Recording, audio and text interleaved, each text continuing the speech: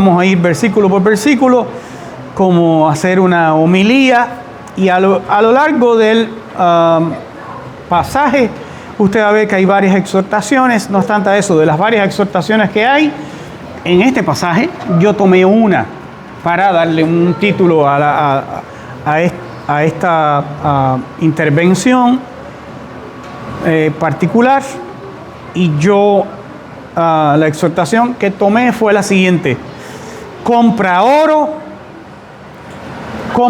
y hazte rico. ¿Les gustó eso?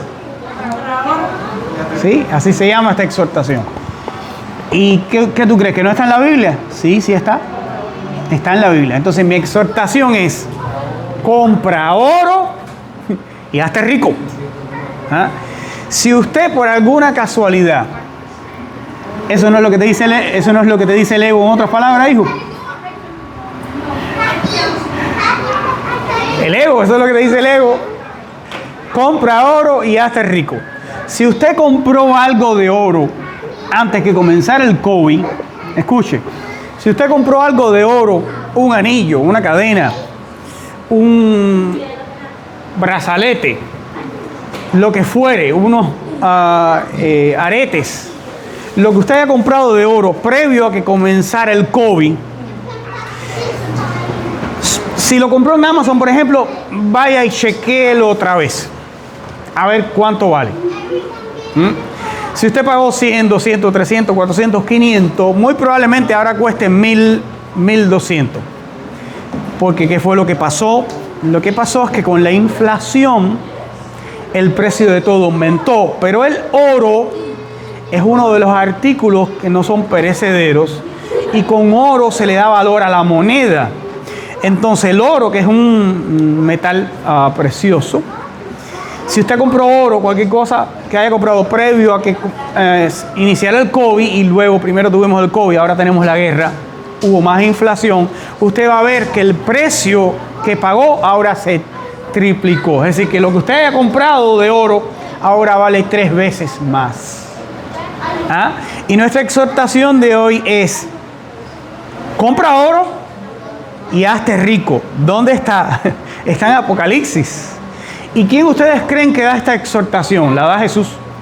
Jesús exhorta diciendo: compra oro y hazte rico. ¿Cómo se entiende eso? Pero Jesús lo dijo. Lo dijo a una iglesia y lo dijo a alguien de forma personal y específica. Le dijo: compra oro y hazte rico. Y entonces esa es nuestra exhortación. Esto es Apocalipsis capítulo 3. Y es el mensaje de Jesús a partir del versículo 14. El mensaje de Jesús al ángel de la iglesia en Laodicea. Vamos a leer todo el mensaje y después vamos a ir versículo por versículo. Y escribe al mensajero de la iglesia en Laodicea: estas cosas dice el Amén, el testigo fiel y verdadero, el principio de la creación de Dios. Yo conozco tus obras, que ni eres frío ni caliente. Yo quisiera que fueras frío o caliente, mas porque tú eres tibio y no frío ni caliente, te vomitaré de mi boca. Porque tú dices: yo soy rico y estoy enriquecido y no tengo necesidad de nada, y no sabes que tú eres un desventurado y miserable y pobre y ciego y desnudo. Yo te aconsejo, y ahora viene la exhortación de Jesús, yo te aconsejo que compres oro refinado en fuego para que seas rico, y vestiduras blancas para que te vistas y no se descubra la vergüenza de tu desnudez. Y unge tus ojos con colirio para que veas. Yo reprendo y castigo a todos los que amo. Sé pues celoso y arrepiéntete. He aquí yo estoy a la puerta y llamo. Si alguno oye mi voz y abre la puerta, entraré a él y cenaré con él y él conmigo. Al que venciere, yo le daré que se siente conmigo en mi trono, así como también yo he vencido y me he sentado con mi Padre en su trono. El que tiene oído, oiga lo que el Espíritu dice a las iglesias. Entonces, ¿qué tenemos delante? Lo que tenemos delante es el mensaje que Jesús le dio a la iglesia, a las iglesias en sentido general, a todas las iglesias que existían en ese momento, en el primer siglo. Juan está escribiendo alrededor del final del primer siglo, a todas las iglesias de esa época, no solo a las iglesias de Asia Menor, sino a todas las iglesias de todos los tiempos, a nuestra iglesia también, a todas las iglesias que van a existir hasta el día que Él regrese. Sin embargo, es interesante notar que muy probablemente cada iglesia representada por el número 7 es un mensaje universal y que muy probablemente el estado espiritual de cada una de estas iglesias es algo aplicativo y apelativo para todas las iglesias de todos los tiempos. Porque muy probablemente, y lo vamos a ver en la lección de hoy, el mensaje que le dio a la Odisea representa a la iglesia moderna. Entonces, ¿qué es lo que nosotros vamos a ver? La descripción que Jesús hace de la condición espiritual de este hombre y de esta iglesia, de este predicador, de este pastor, de este ángel, de este mensajero y de la iglesia en sentido general, su condición. En segundo lugar, vamos a ver qué había provocado esa condición. Y en tercer lugar, vamos a ver cuál es la solución que Jesús le da. Entonces, en otras palabras, Jesús pone el dedo en la llaga y señala su herida. Y luego le dice por qué motivo tenía esta herida. Y por último, entonces, le dice cuál es la solución para su llaga, para su herida. Vamos a orar rápidamente. Gracias, Padre, por la oportunidad de compartir esta palabra, que tu Espíritu la use para consolarnos, para fortalecernos, para enseñarnos, para guiarnos, pero más que todas las cosas, que la palabra honre y glorifique tu nombre, porque es la verdad. Porque tú buscas adoradores que te adoren en espíritu y verdad, que la palabra vaya llena del espíritu y de poder para tu gloria y sobre todo de la verdad que honra tu nombre. En el precioso y glorioso nombre de Jesús. Amén. Entonces, el primer versículo, versículo 14, escribe al ángel de la iglesia en la Odisea. La Odisea era una de las 7 ciudades en Asia Menor, a las cuales Jesús había escogido para que Juan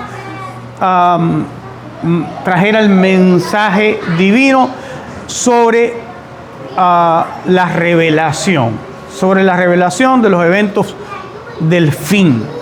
Ahora, no eran todas las iglesias que existían. En ese tiempo había muchas otras iglesias en otros lugares, en Tesalónica, en Corinto, en Roma.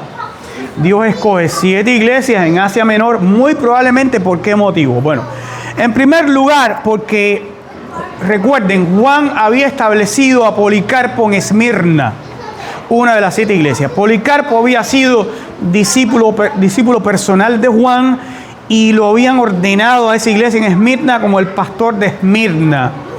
Patmos era una isla a la cual Juan fue desterrado y quedaba cerca relativamente.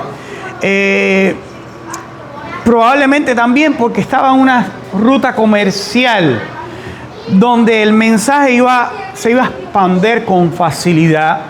No es lo mismo tener que ir hasta el otro lado, ir hasta Corinto, ir hasta Roma. Un mensajero iba a encontrar estas 7 iglesias en un área de Asia Menor, casi todas pegaditas una a la otra estaban las 7 iglesias. Y muy probablemente eso es una de las razones para que el mensaje llegara más rápido y porque la influencia de Juan como apóstol, recuerden que para finales del primer siglo ya no existía ningún apóstol, solamente quedaba Juan.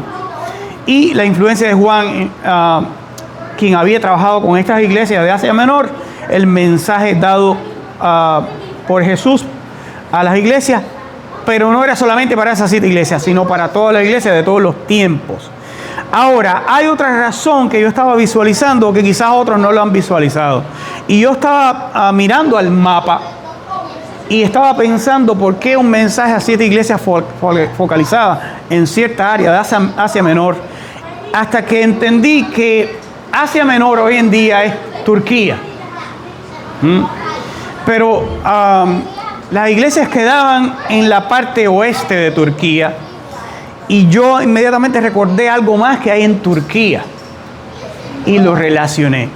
¿Qué ustedes creen que hay? ¿Qué es algo más que hay en Turquía? El Arca de Noé.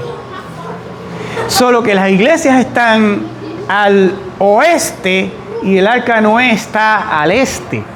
Pero hoy en día Turquía. ¿Qué relación habría entre un mensaje dado a 7 iglesias y el Arca? ¿Qué representa en la Biblia el arca? El arca es el emblema del Antiguo Testamento, de la iglesia de Jesucristo. Porque en el arca entró Noé y su familia para ser preservados. La iglesia es el arca espiritual donde entramos para ser preservados del juicio de Dios que va a venir sobre el mundo.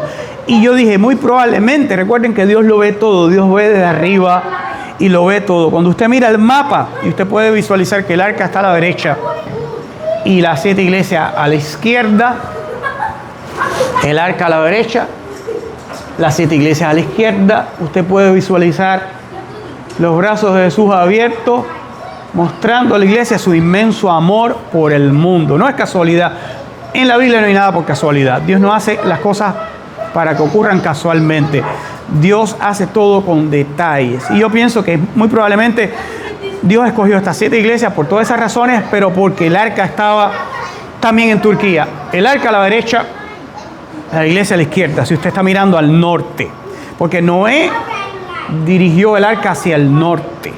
El arca terminó al este. Y las iglesias estaban al oeste de Turquía, que en aquel entonces era Asia Menor. Ahora, escribe al pastor. O escribe no al pastor, escúchenme. El ángel, por supuesto, no es un ángel con alas, es un ser humano. Porque la palabra ángelos es mensajero, sencillamente mensajero en griego. El ángel es para un ser humano, que en este caso era el predicador de la iglesia. Las iglesias no tenían monopastorado, no tenían solo pastores, tenían un grupo de ancianos. Pero el anciano que se dedicaba a traer la palabra era el ángel. ¿Qué sucede? El mensaje no solamente para él, el mensaje es para toda la iglesia. Porque de tal predicador, tal iglesia, tal predicador. Ustedes van a ver al final que el mensaje es para todos cuando dice al que venciere. No solamente se refiere al ángel, se refiere a todos los creyentes en la Odisea. ¿Cuál es el mensaje? No es un mensaje agradable por cuanto le dice. Comienza hablando, Jesús se identifica a sí mismo y se identifica a sí mismo como el amén. ¿Por qué Jesús se llama el amén? Jesús se llama a sí mismo el amén porque en Jesús se cumplen todas las promesas divinas, todas las profecías dadas por el Padre. El oráculo divino tiene cumplimiento en su persona por excelencia. Jesús es el amén. Jesús es el testigo fiel y verdadero. Porque Jesús es el testigo fiel y verdadero. Porque la palabra testigo en griego es martus y significa uno que está dispuesto a dar su vida. ¿Cuál fue el primer testigo que ha habido en la Biblia? ¿Cuál fue el primer testigo? No. ¿Cuál? En la Biblia. ¿Cuál fue el primer testigo? Abel. Ahora sí. ¿Cuál fue el primer testigo que hay en la Biblia? Abel. La palabra martus es testigo, pero marturos es aquellos que van a morir al dar testimonio. Por eso Jesús dijo, esperen en Jerusalén la promesa del Padre y me van a hacer marturos, me van a hacer testigos, uno que va a morir. Y todos los apóstoles murieron por dar testimonio. Ahora Jesús es el testigo por excelencia. ¿Por qué? Porque la sangre de Abel clamaba a Dios ¿desde dónde? Y la sangre de Jesús clama a Dios ¿desde dónde? Entonces, por eso Jesús es el testigo. Porque mientras nosotros estamos hablando, cuando el Padre mira a su Hijo que está sentado a su derecha, ve la sangre. Y la sangre habla desde el lado del Padre. Mira, por eso tú y yo no nos podemos perder, porque continuamente el Padre mira la sangre. Cuando el Padre mira a Jesús, ve la sangre. La sangre de Jesús, por eso dice la Biblia, que la sangre de Jesús habla mejor que la de Abel, porque la sangre de Jesús continuamente está hablando a la derecha del Padre, intercediendo por ti y por mí también. Por eso vas a vencer. Por eso vamos a ser más que vencedores, por medio de aquel que nos amó. Jesús es el testigo fiel y verdadero. El principio de la creación de Dios. Jesús no fue creado. El primogénito de entre los muertos. ¿Por qué Jesús es el principio de la creación de Dios? No porque haya sido creado, porque Jesús no fue creado. Jesús fue engendrado. Yo te he engendrado hoy, mi hijo eres tú. Un día en la eternidad. Es el principio de la creación, porque todas las cosas fueron hechas por medio de Él y para Él. Jesús fue quien creó todas las cosas. Todas las cosas fueron creadas por Él. Por eso Él es el primogénito de la creación. Y Jesús le dice a este hombre, le dice a los creyentes de esta iglesia: yo conozco tus obras. Es un asunto de conocer. ¿Se dan cuenta? Conocer a Dios y vivir en una relación íntima, personal y real con Dios determina la realidad eterna de nuestras almas. Yo conozco tus obras. Dios sabe quiénes somos, lo que hacemos, lo que pensamos. Esto es algo consolador para algunos, pero es algo triste para otros, dependiendo de qué obras haya en tu vida. Yo conozco tus obras. El énfasis, la importancia en las obras que este hombre tenía y esta iglesia tenía. ¿Por qué? ¿Acaso las obras nos van a llevar al cielo? No. Efesios 2:8. Por gracia sois salvos por medio de la fe, no por obras, para que nadie se gloríe. Pero ¿qué sucede? Dice Santiago: muéstrame tu fe sin tus obras y yo te mostraré mi fe por mis obras. Así que el llamado de Dios para nosotros los creyentes y la primera exhortación es que tenemos que tener obras, buenas obras, las cuales Dios preparó de antemano para que anduviésemos en ellas. Porque las obras, nuestras buenas obras, dan testimonio de que nuestra fe es real.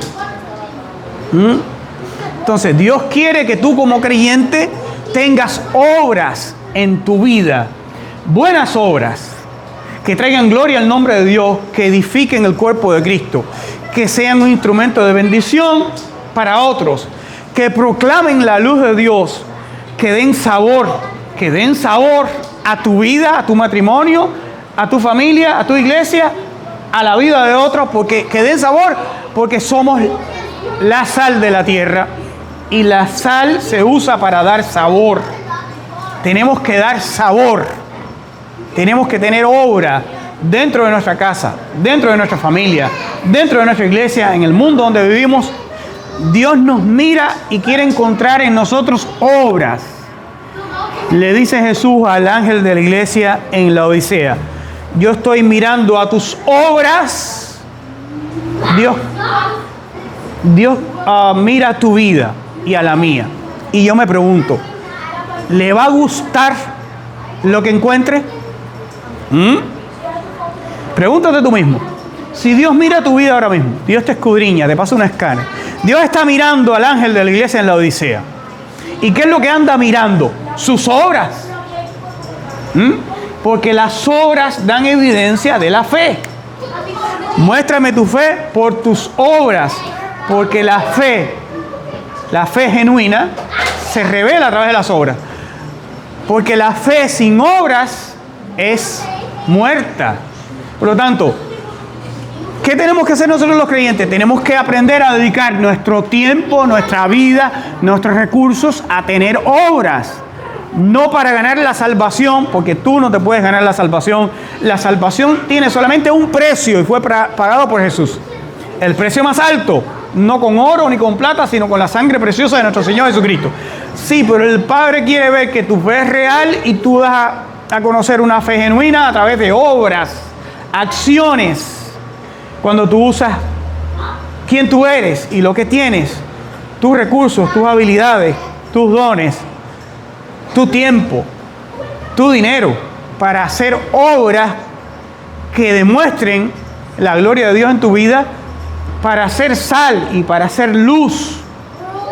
Son obras. Dios miró a este hombre, no le gustó lo que encontró. Si Dios nos mirara a nosotros ahora, le iba a gustar lo que encuentre. Le va a gustar a Dios las obras que estamos haciendo ahora mismo. Y tenemos que comenzar siendo honestos con nosotros mismos. Si Dios mira mi vida por un segundo, ¿qué obras va a encontrar? ¿Va a encontrar obras que le agraden? ¿Va a encontrar obras dignas de apreciar, de resaltar, de valorar?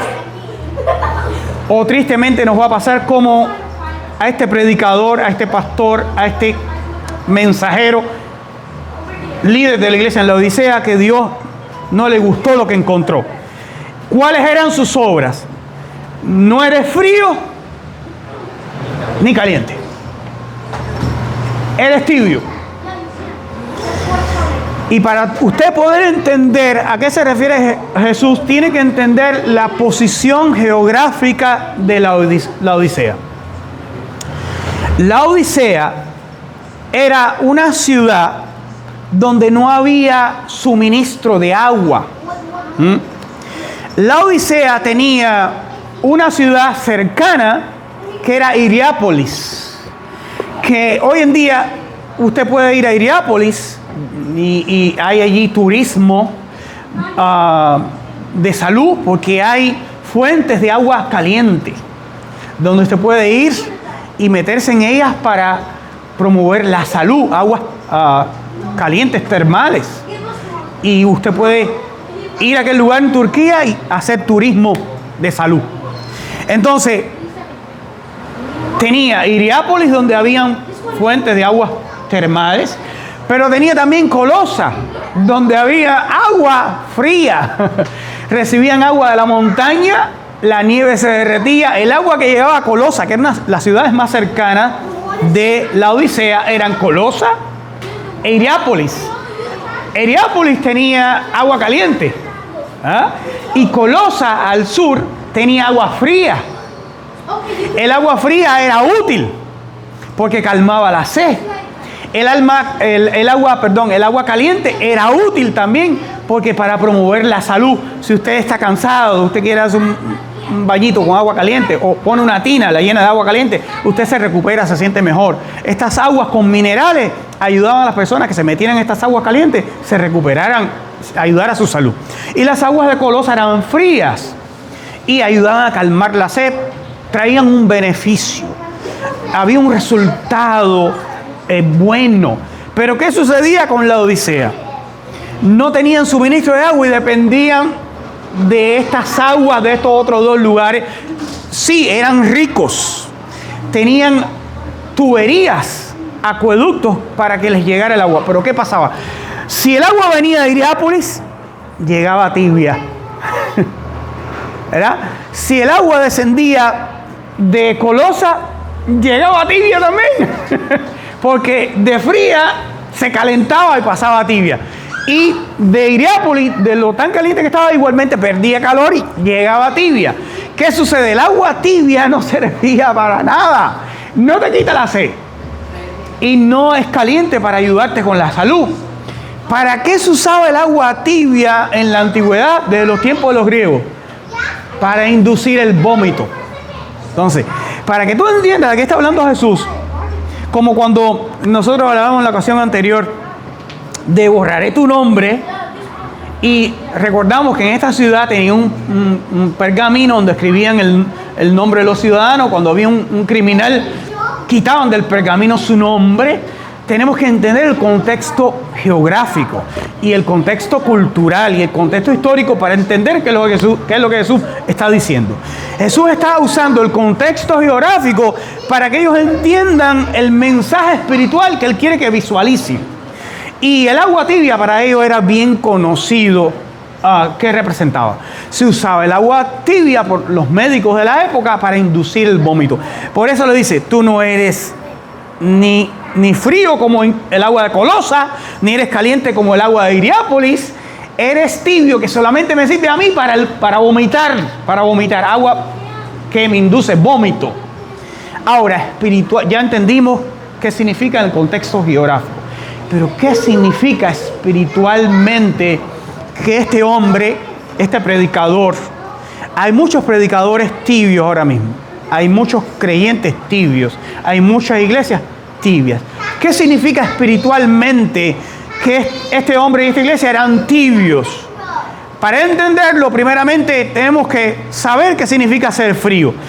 Si ellos hubieran sido fríos, hubieran sido personas que tienen necesidad de nacer de nuevo. Porque hay más esperanza de una persona que no ha nacido de nuevo y que un día puede proceder al arrepentimiento, porque todavía no ha conocido a Jesús, todavía no ha sido trasladado de las tinieblas a la luz admirable, el milagro no ha acontecido todavía en su corazón y hay más esperanza de esta persona que de una tibia. Porque dice el proverbio, dice el necio en su corazón, no hay Dios. Pero hay algo más necio que decir que no hay Dios. Sí, es decir que hay Dios y vivir como si no lo hubiera. Tenemos la descripción de una iglesia, un grupo de creyentes, un predicador, que decían que había Dios, pero vivían como impíos. Como personas no regeneradas. Entonces, el frío es una persona a la cual es necesario nacer de nuevo. Y el caliente es una persona que está buscando el reino de Dios y su justicia, procurando la gloria de Dios, involucrado en hacer las cosas que le agradan, creciendo en gracia, siendo santificado, llevando fruto para Él. Ese sería el caliente, ¿sí o no? ¿Están conmigo o ya quieren irse? Terminamos rápido, sí, no es jugando. Ahora, ¿quién sería un tibio? Uno que está en el medio.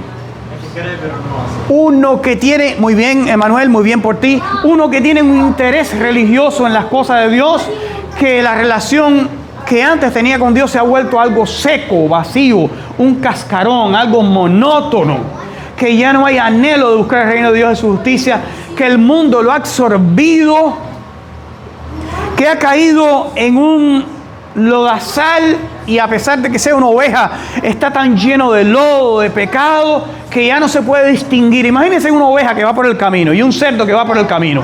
Si el cerdo cae en el lodazal, le gusta el lodo, se sabe que es un cerdo. Si la oveja cae en el lodazal, no le gusta el lodo, es una oveja, está bramiendo. Pero si esa oveja llega a hundirse y llenarse de fango, llegado el momento, si la oveja no brame para que Dios la saque de allí, no puede distinguir entre un cerdo y una oveja. Y esa es la persona fría, una persona religiosa que ya no le importa, indolente las cosas de Dios, que solo hace las cosas por monotonía y de forma religiosa, y que sus obras no confirman la realidad de su fe. Porque otra vez, ¿a qué está mirando Jesús en la vida de este hombre y de esta iglesia? A las obras. Es muy importante que pongamos atención en qué tipo de obras hay en mi vida. Si Dios me examinara ahora mismo, como está examinando a este hombre en la Odisea, ¿qué tipo de obras va a encontrar ahora mismo en mi vida? Por eso el apóstol Pablo dijo en una ocasión, busco fruto que abunde en su cuenta. Tenemos una cuenta en el cielo y cada vez que nosotros hacemos obras que glorifican a Dios, buenas obras que Él preparó de antemano para que tuviéramos en ellas, la cuenta aumenta. Pero tristemente una persona tibia, su cuenta cada día es menor, cada día está más negativa, hasta que un día está en rojo. Nunca ha tenido la cuenta en rojo en el banco. Tristemente, no ha tenido la cuenta en rojo. Bueno, eso es lo que sucede. Dios está mirando a qué obras hay en mi vida. Y Jesús le dice, tú no me sirves para nada. Tú no eres sal, tú no eres luz, tú no eres un instrumento de gloria en este mundo. Tú solamente estás avergonzando mi nombre. Tu estado espiritual es deplorable. Tú traes vergüenza al nombre de Cristo. Hermano, yo le digo una cosa, tristemente, la descripción de este hombre, ¿acaso no es la descripción del sistema religioso contemporáneo? Que es tibio, no es frío ni es caliente, que solo trae vergüenza al nombre de Dios, porque sus obras no confirman la realidad de su fe, porque el evangelio que predican es solo un negocio donde explotan a los hombres y usan a Dios solo como una excusa.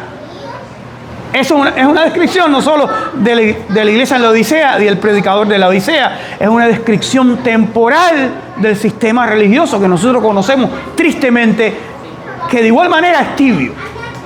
Ahora, esta clasificación de tibio que describe un síndrome, más que un síntoma, es un síndrome, una serie de síntomas que hablan de una enfermedad espiritual. Y que Jesús lo resume de la siguiente manera. Escuchen.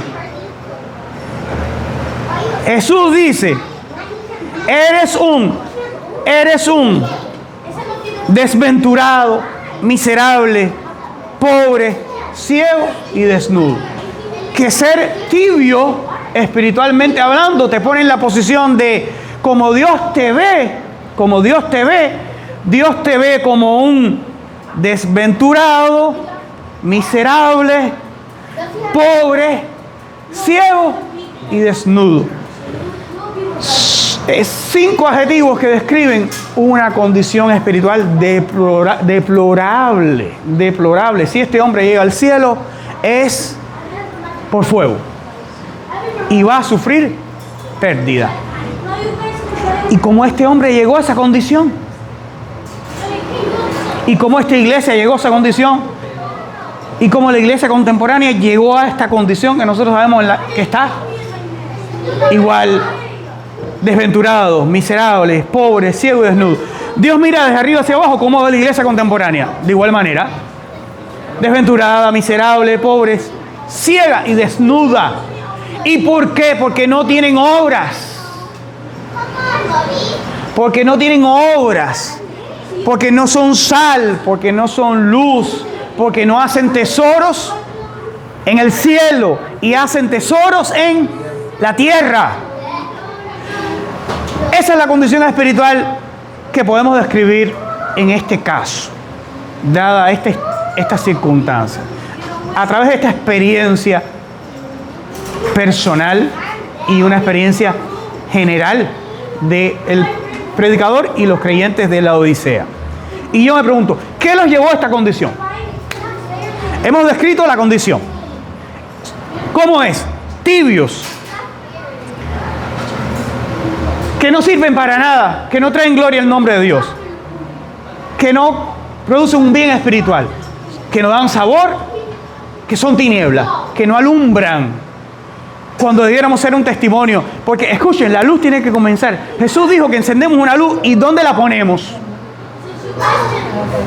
Ninguno enciende una luz y la pone debajo del almud. Dice, la pone en alto y alumbra a quienes primero, a los de su propia familia, a los de su casa. Si nosotros hemos sido llamados a tener obras, ¿sí o no? ¿Acaso no está diciendo Jesús? Yo conozco tus obras, yo las conozco bien, pero lo que veo no me gusta, ¿verdad? Todos tenemos obras. Entiendan lo siguiente, todos tenemos obras. Todos aquí tenemos obras. Sí, pero ¿qué tipo de obras? Porque todos tenemos obras. Este hombre tenía obras. Jesús no le está diciendo que él no tenga obras. Jesús lo que le está diciendo es que las obras que él tiene no le gustan. Tenemos que hacer un examen de las obras que tenemos. ¿Sí o no? ¿Les parece? ¿Están de acuerdo conmigo? No me mire a mí, porque si mira a mí solo va a ver cosas feas. Pero si usted mira su Biblia, va a ver lo bueno, ¿verdad? Mire su Biblia y examine. Examine y pregúntese conmigo. Jesús no le está diciendo que no tenga obras. Jesús está diciendo, ¿tú tienes obras? Sí, pero ¿qué tipo de obras tienes en tu vida? Jesús quiere encontrar obras que lo honren, que lo glorifiquen, que sea un instrumento de bendición para las almas, que muestren, que sean luz, que den sabor, que sean sal, que sean luz, ¿verdad? Y Jesús dice, esa yo no la he encontrado. Si nosotros encendemos una luz, no la ponemos debajo del almud, la ponemos en alto para que alumbre a los que están en casa. Algunos quieren ir a alumbrar en Corea. No puedes ir a alumbrar en Corea cuando tu vecino es coreano y tú no tratas bien a tu vecino y tú eres una vergüenza para tu vecino. Entonces, la luz tiene que comenzar dentro de la familia, dentro de la casa, los que están más cerca. Y luego la luz se va extendiendo en la medida que la fuerza de esa luz pueda acrecentarse. Pero esas son las obras, el testimonio que damos en el mundo. Ahora, ¿qué llevó a este hombre a esa circunstancia?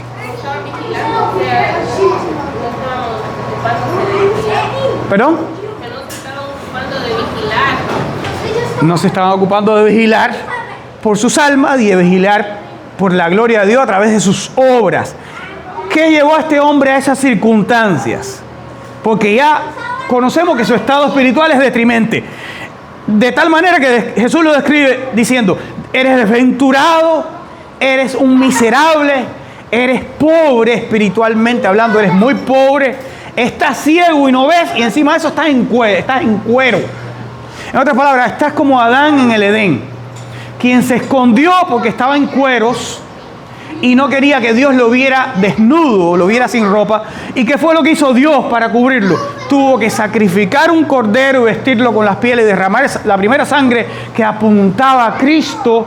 Pero este hombre ahora espiritualmente, y esta iglesia espiritualmente, está desnuda, ciego, no ven nada, como cualquiera de los ciegos los cuales Jesús tuvo que sanar porque no veían nada, probablemente el ciego de nacimiento.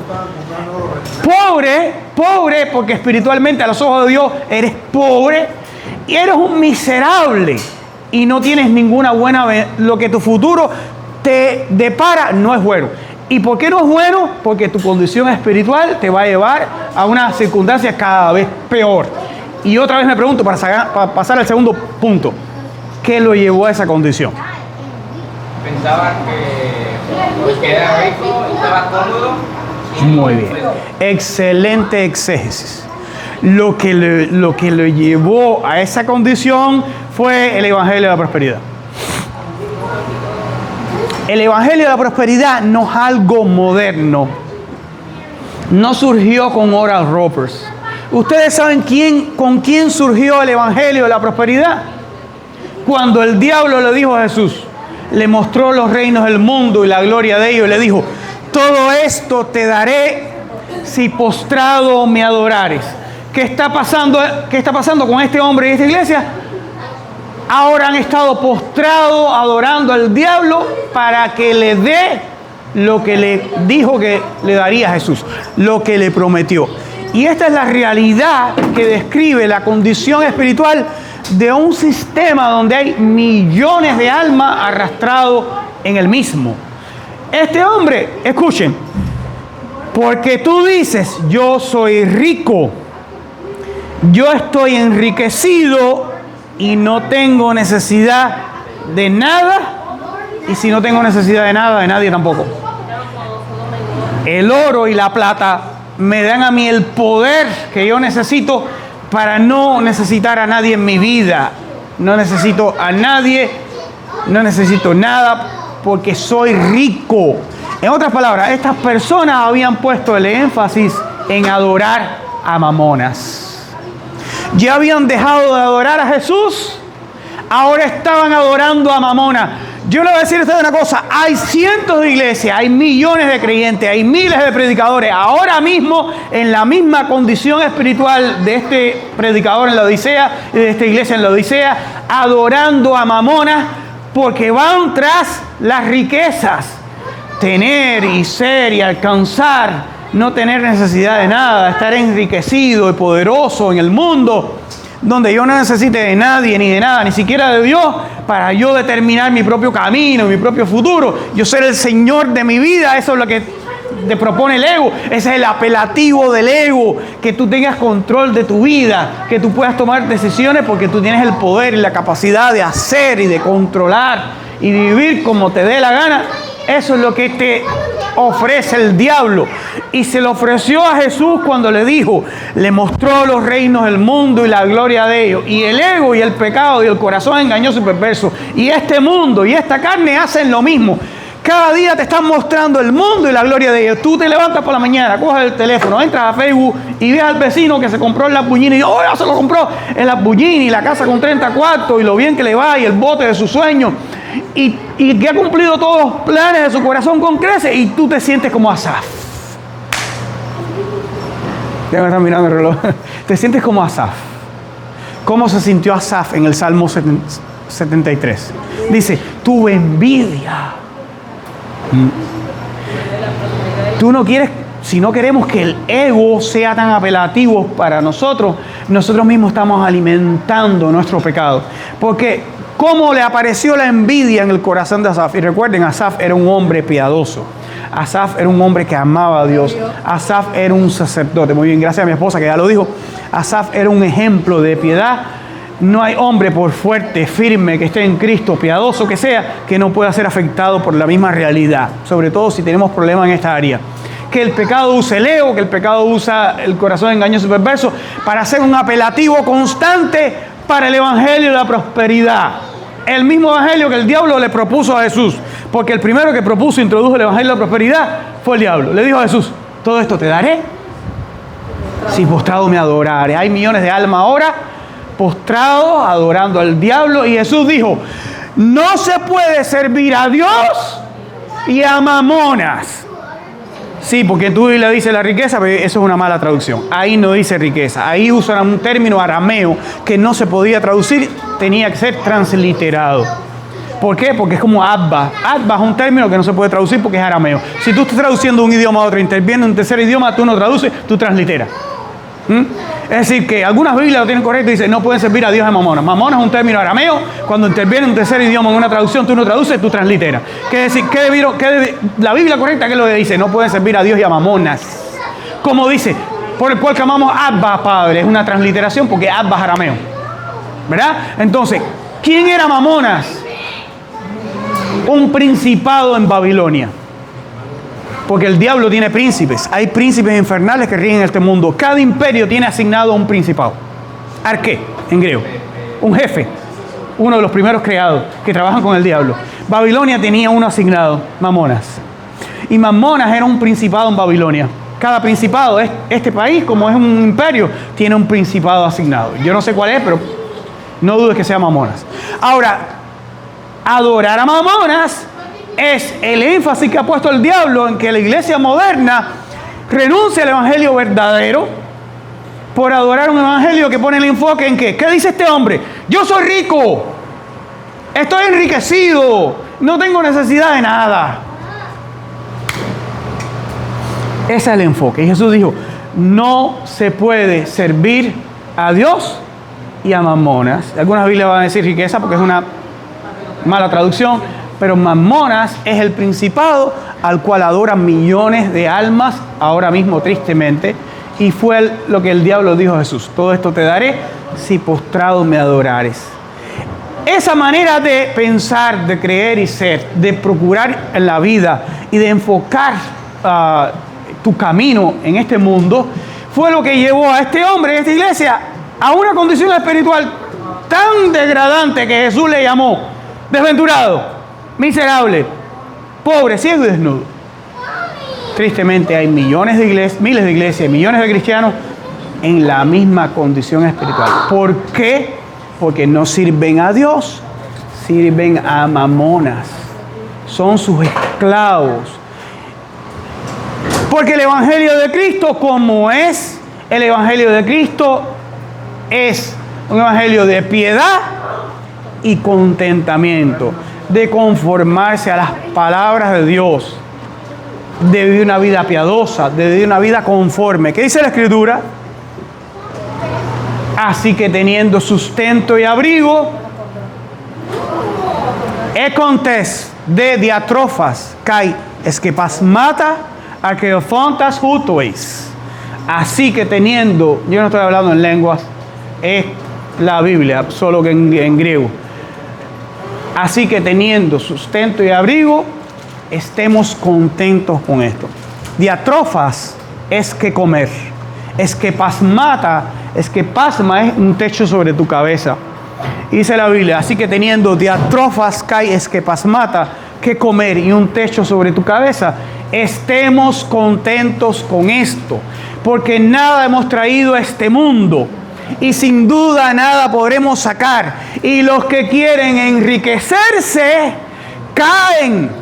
¿Qué le pasó a este hombre? ¿Qué le pasó a este predicador? ¿Qué le pasó a esta iglesia? Que cayeron. Los que quieren enriquecerse, escucha, cuando tú estés en Facebook y te pase como Asaf, recuerda la iglesia en la Odisea, recuerda el mensaje al ángel de la Odisea, porque ¿qué le pasó a Asaf? Dice que Asaf tuvo envidia al ver la prosperidad. ¿De qué tuvo envidia Asaf?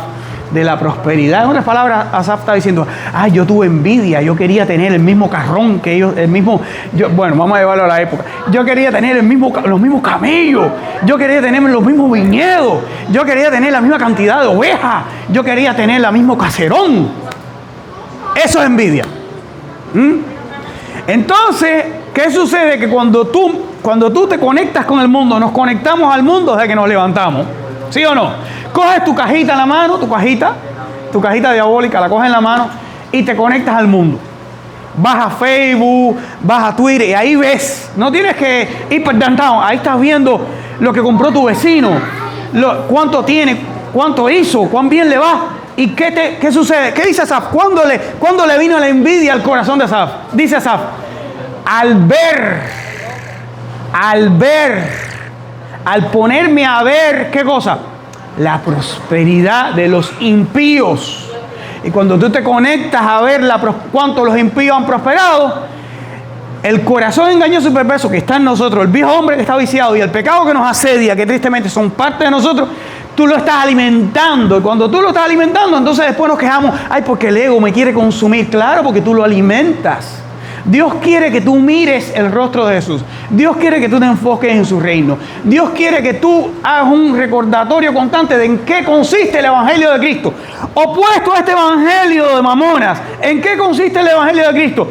En conformarse a sus palabras. Si alguno enseña otra cosa y no se conforma a las sanas palabras de nuestro Señor Jesucristo, conformarse a sus palabras, es el Evangelio de Cristo. ¿Y cómo es el Evangelio de Cristo?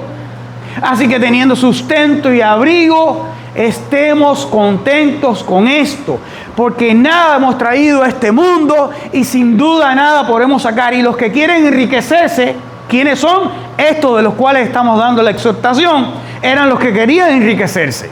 Los que quieren enriquecerse caen.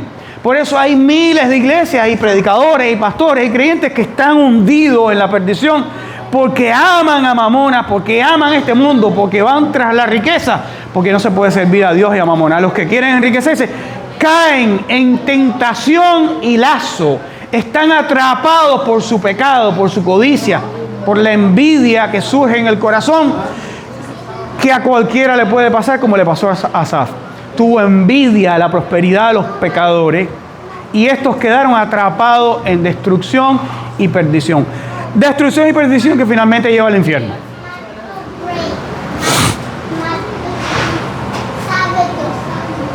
Esa es la causa, ese es el efecto, ese es el motivo y la razón, pero es una lucha constante que tenemos.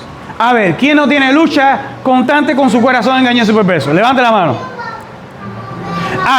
Levante la mano el que no tiene lucha con su propio pecado. Levante la mano el que no tiene lucha con el viejo hombre. Bien abajo, póngala bien abajo, arrodíllese, porque todos tenemos lucha cada día con nuestro corazón engañoso y perverso, con el viejo hombre, con el pecado que nos asedia. Y el mundo amenaza con arrastrarnos en la misma corriente. Pero mientras nosotros más nos involucramos, por eso a mí no me interesa lo que nadie tiene, ni la casa que tiene, ni el carro que maneja, ni cómo vive, ni lo que ha hecho. Aquí, que nadie venga a mí a decirme nada de lo que otro alcanzó, hizo o tiene. No me interesa. Yo no quiero lo de nadie. Yo quiero lo que Dios ha diseñado para mí, porque lo que Dios ha diseñado para mí, que yo tenga, que yo haga, que yo reciba en esta vida, lo ha hecho con el propósito de preservar mi alma para el cielo. Porque tenemos de Dios una mansión eterna en los cielos. Porque la voluntad de Dios es que nosotros hagamos tesoros en el cielo, no en la tierra, donde ladrones rompen y entran y roban, donde el orín y la polilla destruyen.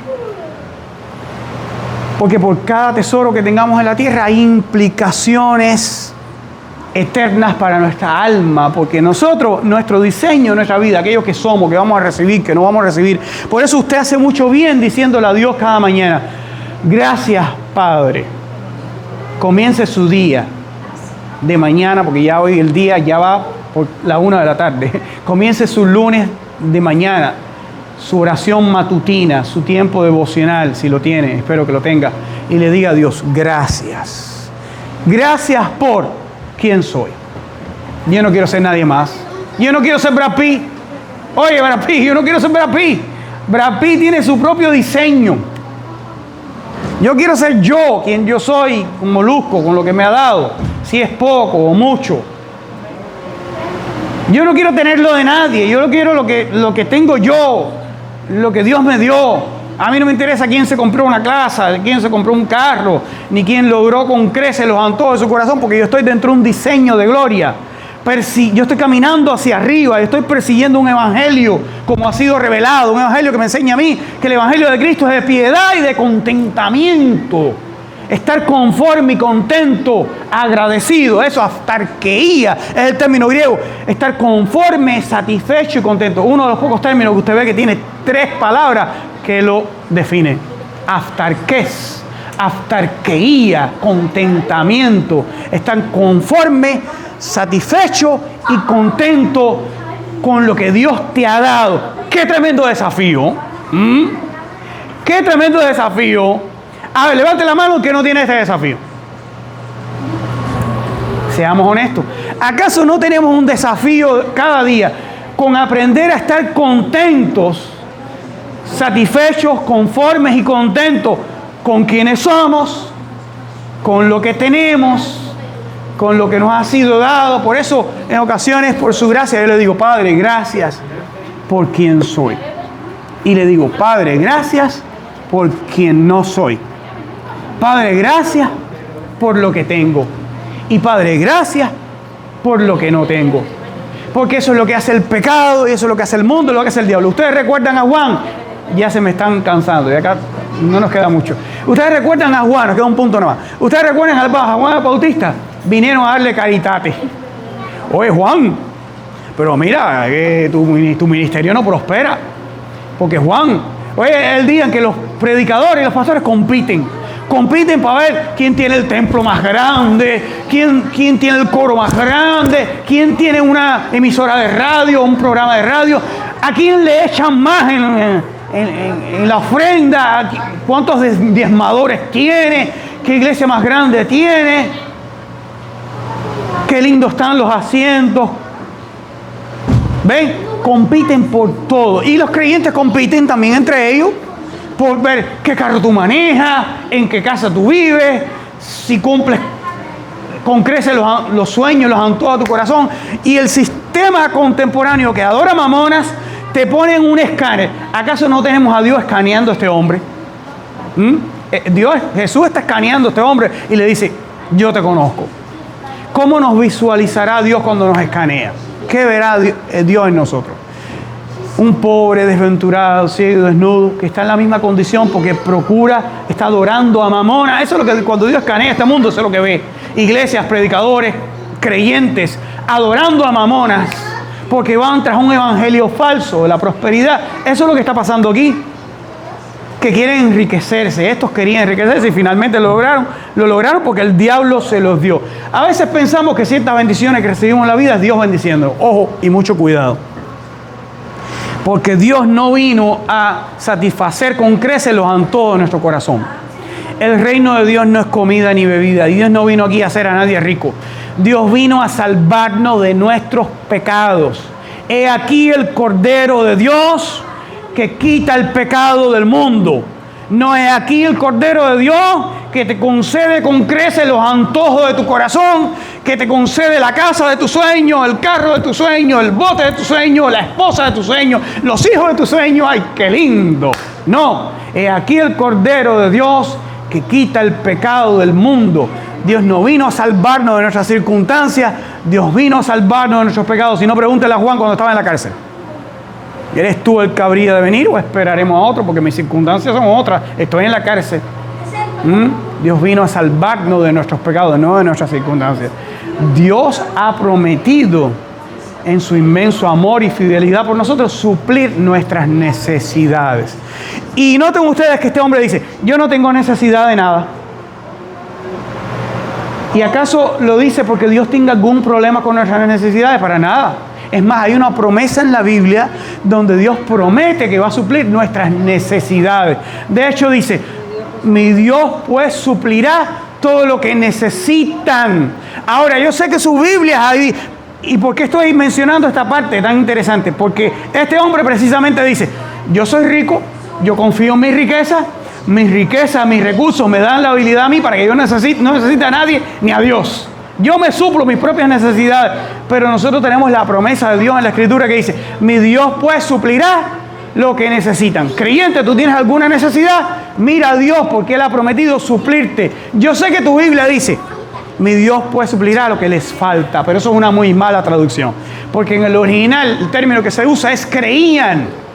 Y creían es necesidad. ¿Qué sucede? Que lo que este hombre entendía en su condición espiritual deprimente por necesidades no eran necesidades, eran vanidades.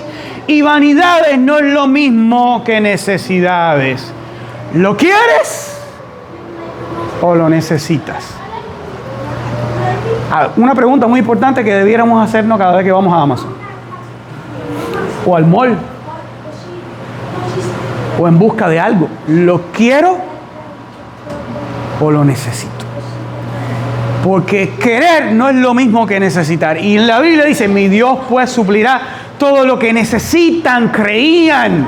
Y yo sé que su Biblia muy incorrectamente dice, mi Dios pues suplirá lo que les falta. Ay, me falta un Lamborghini, me falta una casa de 30 cuartos, me falta un yate de 300 pies, me faltan $500,000 en la cuenta de banco. ¿Qué más podría faltarme? No, Dios no está prometiendo eso. Dios está prometiendo que te va a suplir lo que tú necesitas. Y este hombre dice, yo no tengo necesidad de nada, claro, porque confiaba en su dinero. Hay muchos que viven de la misma manera, un estilo de vida idólatra, adoradores de mamonas. Le sirven a él, procuran que mamona les dé. Y en estos lugares donde ustedes pueden ver que estas personas reciben todas aquellas cosas que hoy pueden ostentar, no es Dios quien se la ha dado, no es Dios. No es el Dios que vino a salvarnos de nuestros pecados. No es el Dios que dijo, el Hijo del Hombre no tiene ni donde recostar la cabeza. Las aves del cielo tienen nidos. Y las zorras, guaridas. Y yo no tengo ni una almohada. Entonces, no es ese Dios. Porque cuando vinieron a darle caritate a Juan, es la competencia. ¿Ves, Juan? Jesús está bautizando más discípulos que tú. Yo estoy seguro que es el mismo caritate de cientos de predicadores, de cientos de pastores, de cientos de iglesias. Ver quién tiene más gente, ver a cuántos voy a bañar este fin de semana, porque no los bautizan, los bañan. Le meten un baño para que empiecen a diezmar. Los baño y los pongo a quitarles dinero. Tristemente eso es lo que hacen.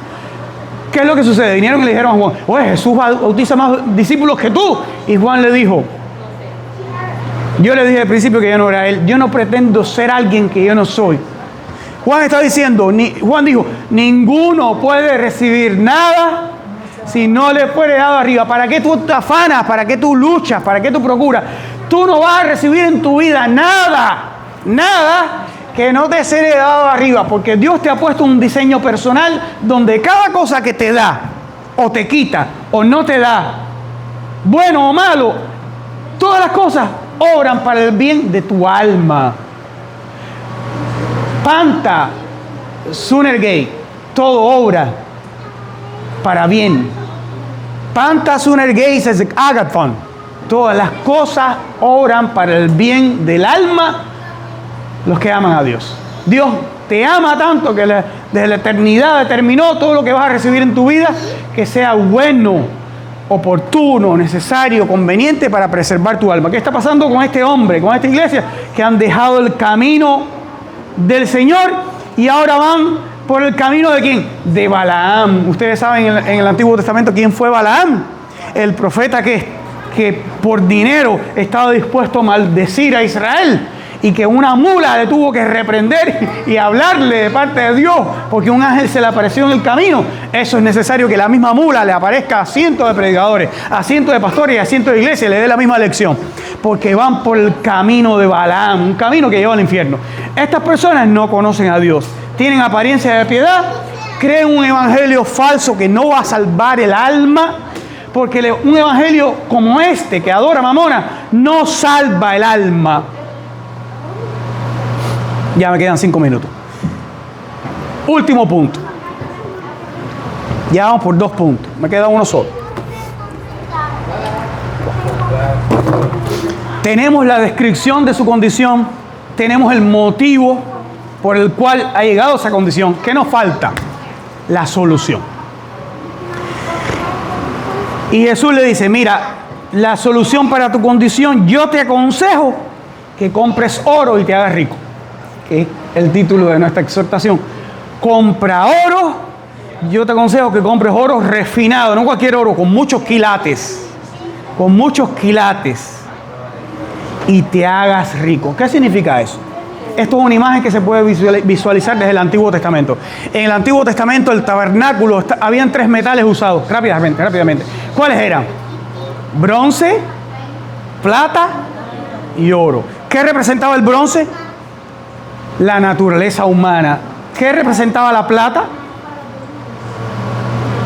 La persona de Cristo, quien se hizo hombre. ¿Y qué representaba el oro? La gloria, lo divino, Jesús glorificado. Eso representaba en el Antiguo Testamento los diferentes metales. ¿De qué nos está hablando esto? Que Dios quiere que pongamos el enfoque arriba. Dios quiere que procuremos el oro. ¿Te gusta esto? Lo que Dios quiere es que tú busques el oro, pero de arriba, no es de la tierra. Dios quiere que tú busques lo divino, lo excelso, lo glorioso. Que pongas tu mirada en las cosas de arriba. Si tú has resucitado con Cristo, ¿cuáles eran una de las condicionalidades del pacto? Si tú has resucitado con Cristo, busca las cosas de arriba, procura el oro de arriba. El Padre te está haciendo una cuenta. ¿Cómo yo lo sé? Yo lo aprendí cuando la viuda dio 2 blancas. Y Jesús dijo, esta mujer ha dado más que todos.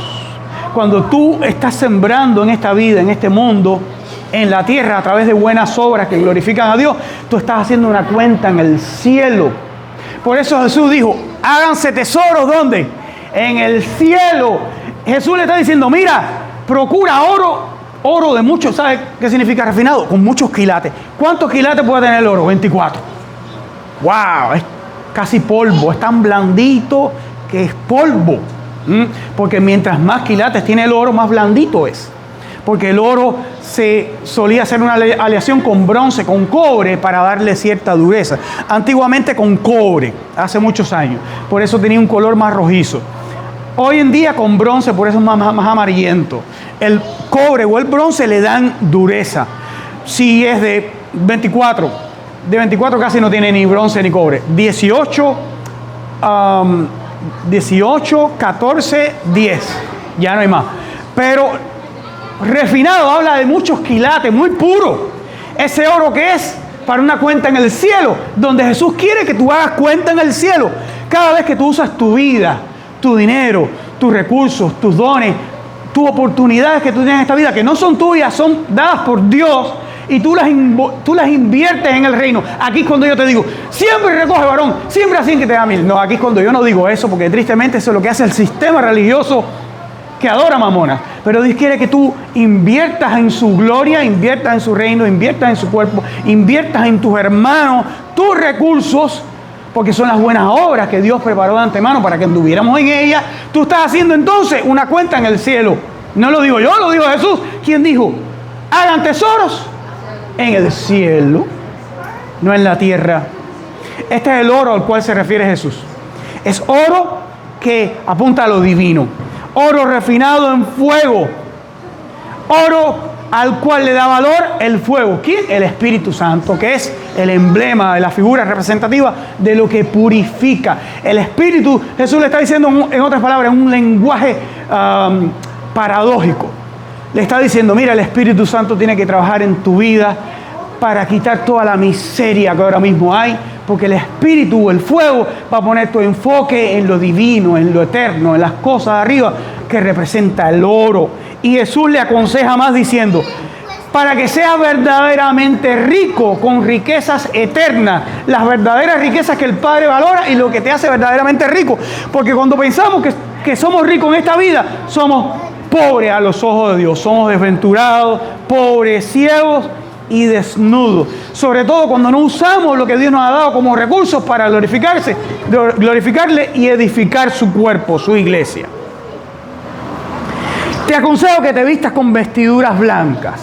¿Qué representan las vestiduras blancas? Las vestiduras blancas representan la justicia de Jesús. Porque todos los creyentes en gloria van a estar vestidos con vestidura blanca que representan la justicia y la santificación, la glorificación que Jesús imparte al creyente. En otras palabras, le está diciendo, mira, tú necesitas venir al trono de la gracia, confesar tu pecado, ser limpiado por la sangre y empezar a buscar el reino de Dios y su justicia para que espiritualmente entonces te veas vestido de ropas blancas que representan la santidad, representan la glorificación y representan la justicia que te es impartida por Jesús. Y no se descubre tu vergüenza. La vergüenza es cuando estamos en un estado espiritual como este, estamos como Adán en cuero que nos queremos esconder de Dios. ¿Por qué Adán quería esconderse de Dios? Porque estaba en cuero. Pero espérate un momento, previamente estaba en cuero también y no se escondía de Dios. ¿Por qué empezó a esconderse de Dios si antes también estaba en cuero? Exactamente, el pecado le hizo ver la realidad de su condición. Sus ojos fueron abiertos.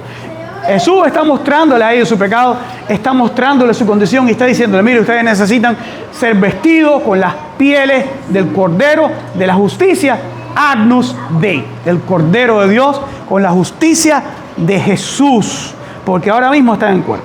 Unge tus ojos con colirio para que veas. Recuerdo cuando Jesús sanó al ciego, usó barro y untó en sus ojos, porque solamente cuando Dios interviene y los ojos que tenemos carnales, mundanos, pecaminosos, que el diablo ciega a las personas con la riqueza.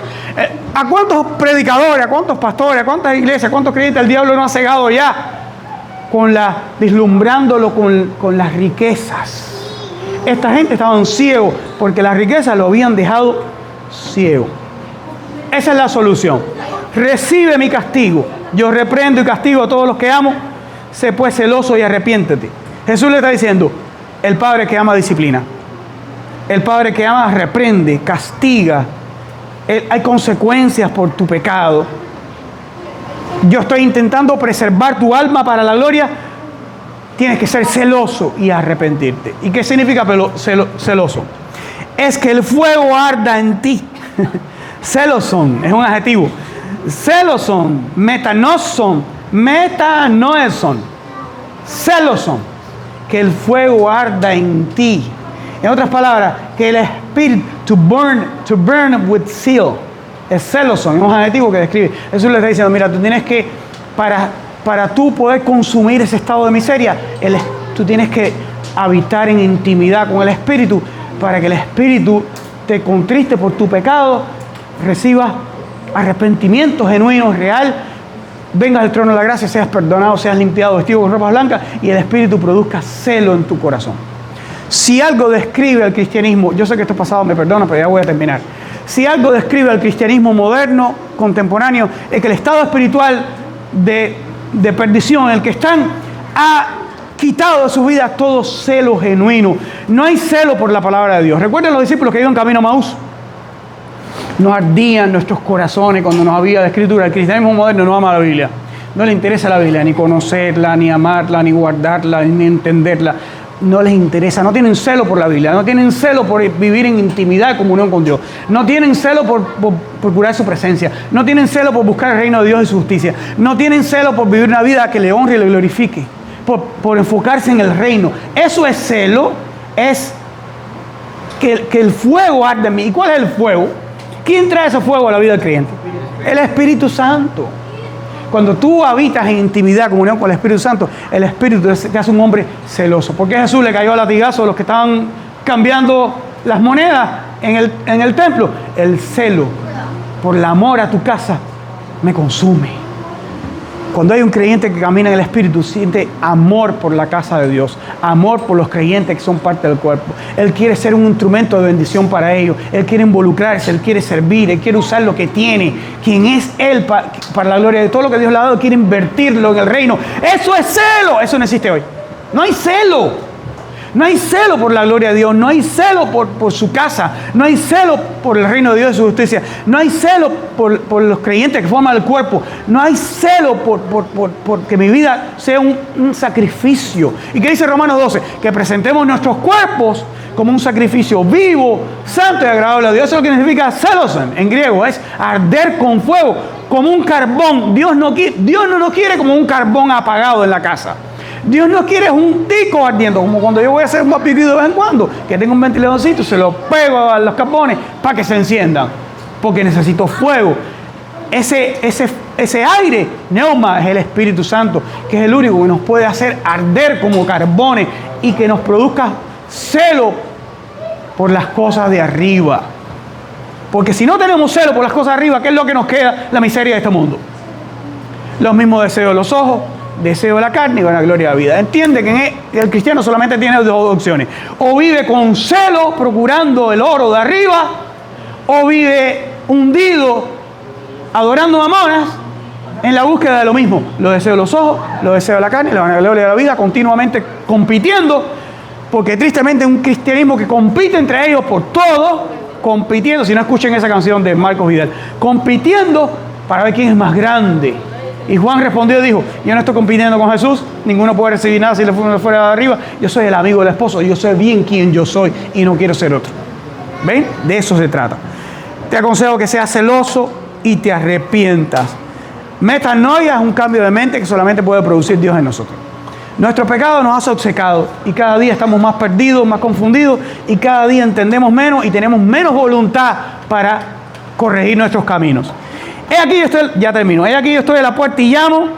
Si alguno oye mi voz y abre la puerta, entraré a él y cenaré con él y conmigo. Y este es un versículo que se usaba para el evangelismo. No tiene nada que ver con el evangelismo. Está hablando a personas dentro de la iglesia.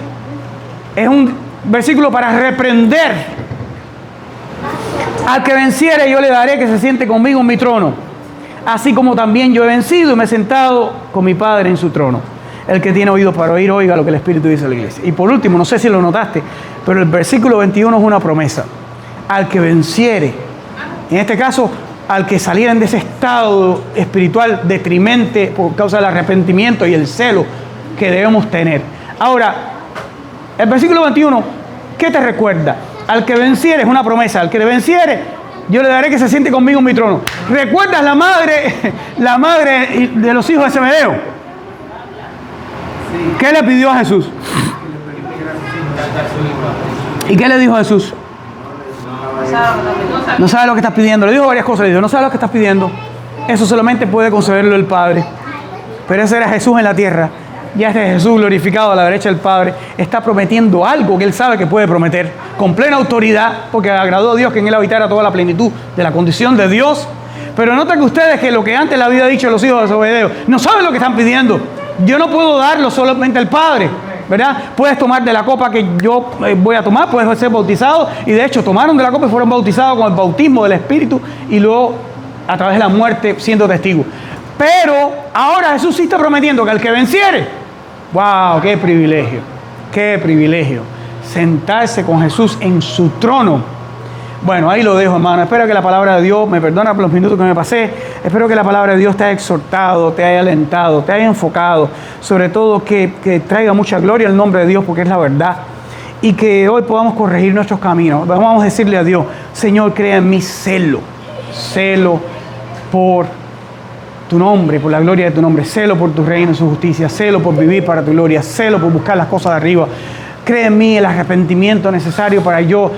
Dame tu gracia para no mirar al mundo, para no me pase como Asaf, que tuvo envidia de los pecadores, para procurar el oro de arriba, de lo divino, de lo eterno, de lo glorioso, creer el verdadero evangelio que es de piedad y de contentamiento y darle al mundo un testimonio, como un testigo, estar dispuesto a morir, aún morir por la verdad.